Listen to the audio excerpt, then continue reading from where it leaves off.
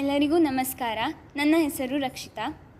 ನಾನು ಇಂದು ಭಾರತದ ಸಂಸ್ಕೃತಿಯ ಅದಪಾತ ಮತ್ತು ಒಳ್ಳೆಯದಿದೆ ಅನುಕರಿಸಲು ಎಂಬ ವಿಷಯದ ಬಗ್ಗೆ ನಿಮ್ಮ ಮುಂದೆ ಚರ್ಚೆ ನಡೆಸಲು ಬಂದಿದ್ದೇನೆ. ನಮ್ಮ ಭಾರತದ ಸಂಸ್ಕೃತಿ ಹಿಂದೆ ಹೆಂಗಿತ್ತು, ಈಗ ಹೆಂಗಿದೆ ಅಂತ ನಿಮಗೆಲ್ಲ ಗೊತ್ತಿರೋದೆ.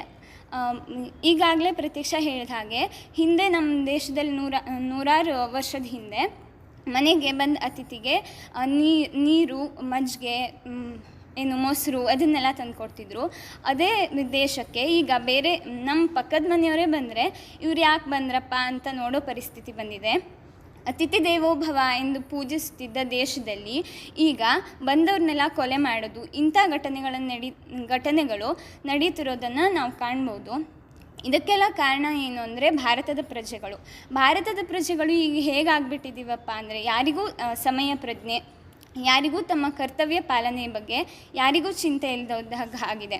ಈಗ ನಾವು ನಮ್ಮ ಮನೇಲಾದರೆ ಎಷ್ಟು ಕ್ಲೀನಾಗಿ ಇಟ್ಕೋತೀವಿ, ಅದೇ ನಾವು ಹೊರಗಡೆ ಹೋದರೆ ರಸ್ತೆಯಲ್ಲಿ ಕಸ ಎಲ್ಲೆಂದ್ರಲ್ಲಿ ಒಗೆಯೋದು, ಮೂತ್ರ ವಿಸರ್ಜನೆ ಮಾಡೋದು ಹೀಗೆ ಮಾಡ್ತಿರ್ತೀವಿ. ನಮ್ಮ ಮನೇಲೂ ಹಾಗೆ ಮಾಡ್ತೀವ, ವಾಶ್ರೂಮ್ ಡೈಲಿ ತೊಳೆಯೋದು ಹೀಗೆಲ್ಲ ಮಾಡ್ತಿರ್ತೀವಿ.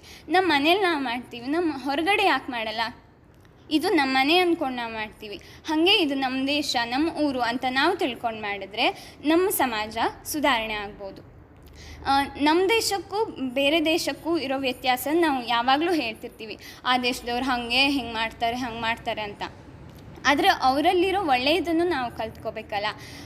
ಬೇರೆ ದೇಶದವರು ನಮ್ಮ ದೇಶಕ್ಕೆ ಪ್ರವಾಸಿಗರು ಏನಾದರೂ ಬಂದರೆ ರಿಕ್ಷಾ ಕರ್ಕೊಂಡು ಹೋಗ್ಬೇಕಾದ್ರೆ ಹತ್ತಿರದ ರಸ್ತೆ ಇದ್ದರೂ ಆ ಕಡೆಯಿಂದ ಹೆಂಗಾದರೂ ಕರ್ಕೊಂಡೋಗಿ ಡಬಲ್ ರೇಟ್ ಹಾಕಿ ಅವರಿಗೆ ಯಾಮಾರಿಸ್ತೀವಿ. ಆದರೆ ನಾವು ಬೇರೆ ದೇಶಕ್ಕೆ ಹೋದಾಗ ಅವ್ರು ಹಂಗೆ ಮಾಡ್ತಾರಾ?